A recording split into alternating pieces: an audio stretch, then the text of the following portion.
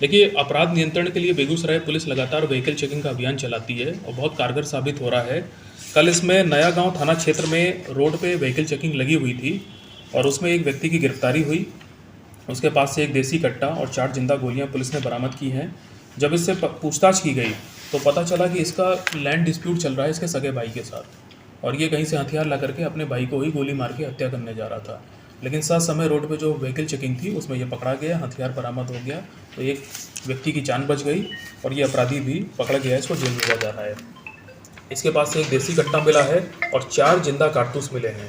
इस व्यक्ति का नाम कारेलाल कुमार है और ये मथार नया गांव का रहने वाला है। अपने ही सगे भाई की हत्या करने के लिए हथियार लेके जा रहा था। तो एसटीपीओ सदर और एसएचओ नया गांव की जो टीम है उसने बड़ा अच्छा काम किया है व्हीकल चेकिंग में। मैं अपनी तरफ से सबको पुरस्कृत करूँगा। देखिए, 16 जनवरी को टाउन थाना क्षेत्र के एक स्वर्ण व्यवसायी हैं रवि रोशन उर्फ रेड्डू, उनकी एक व्यक्ति ने गोली मार के हत्या कर दी थी।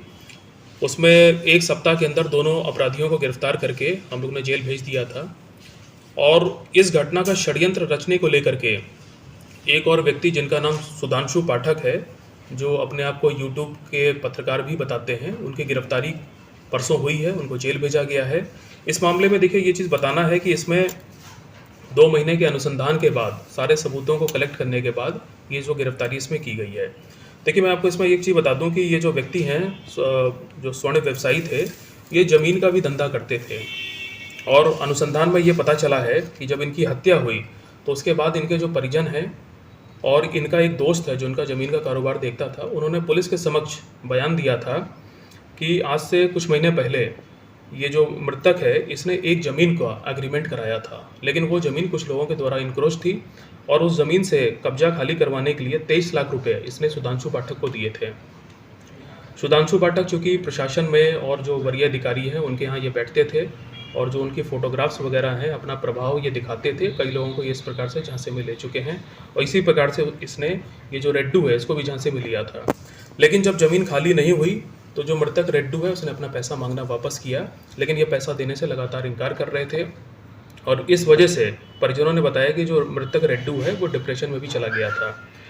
इनका ये जो स्टेटमेंट है ये फिर पुलिस ने अदालत में भी दर्ज कराया और माननीय न्यायालय के सामने भी ये बयान इनका दर्ज हुआ है। इसकी जब छानबीन की गई तो ये पता चला कि जो पैसे देने की बात है इसको सच पाया गया। आरटीजीएस के माध्यम से और चेक के माध्यम से ये पूरा अमाउंट जो रेड्डू का दोस्त है उसके थ्रू सुधांशु पाठक को दिया गया था। इसके बाद जब हम लोगों ने इसमें छानबीन की तो ये पता चला कि ये मर्डर की घटना होने के बाद जब इसने देखा कि ये इस घटना में फंस सकता है तो इसने इसमें से काफ़ी पैसा, करीब 13 लाख वापस करने की भी कोशिश की चेक के माध्यम से। इसके भी जो सबूत हैं वो पुलिस को मिले हैं। इसके बाद हम लोगों ने इसमें जो टेक्निकल अनुसंधान है वो भी किया, तो इसमें यह पाया गया कि जिस व्यक्ति की मृत्यु हुई थी, घटना हुई थी, जिसका मर्डर हुआ था, उसकी जो लास्ट बातचीत थी फ़ोन पे ये इसी सुधांशु पाठक से ही थी और सुधांशु पाठक इनसे लगातार बात भी कर रहे थे और उनका जो घटना स्थल, उनका जो लोकेशन थी वो घटना स्थल के ही आसपास पाई गई थी। इसके अलावा एक और जो इम्पोर्टेंट सबूत मिला था कि जो दोनों शूटर थे, जब पुलिस ने उनसे पूछताछ की और रिमांड में भी लेके उनसे पूछताछ की तो उन लोगों ने भी ये बात बताई कि इस रेड्डू को मारने की जो सुपारी है ये सुधांशु पाठक के द्वारा इनको दी गई थी। कंचन पासवान ने हनी पासवान को इनसे मिलवाया था और करीब 2.5 लाख रुपए देने की बात इनके बीच में तय हुई थी।